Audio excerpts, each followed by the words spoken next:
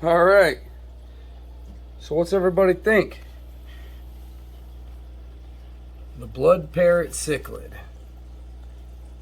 He's a very happy fish now that he's been brought to a larger tank. He's very interactive too. You could tell he's happy. He was in a 36-gallon bow front by himself, and water changes may have been done,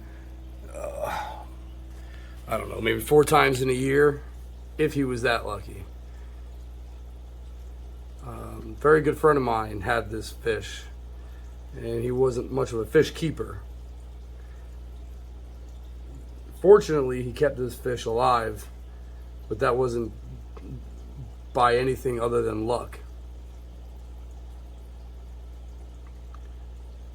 He had several of these fish, but over the course of time and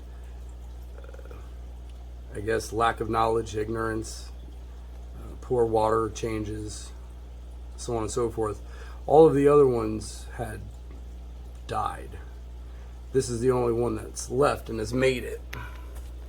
And I guess he's made it through quite a lot. He's lived a pretty rough life. But he was surrendered because my friend knows that I'm able to provide a much better environment for him. This is probably just a temporary environment for this guy. I think I'm going to put him in the 65-gallon tank.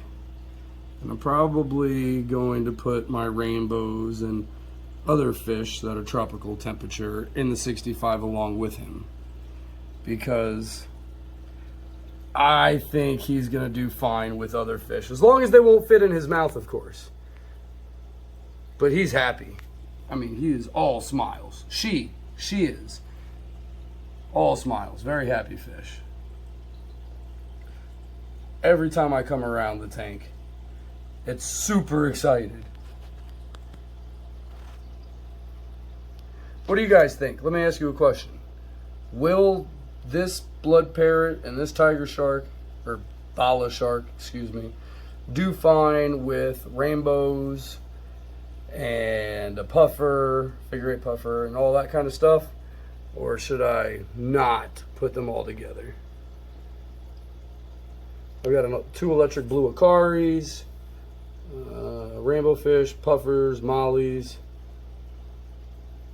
I think he'll do just fine with them. I think she'll do just fine with them. But what do you think? Let me know what your thoughts are. I'll post another video soon as I figure out what I'm doing, where they're going, what tank, and all of that stuff. Stay tuned. There's more videos to come. Till the next one, stay busy, stay happy.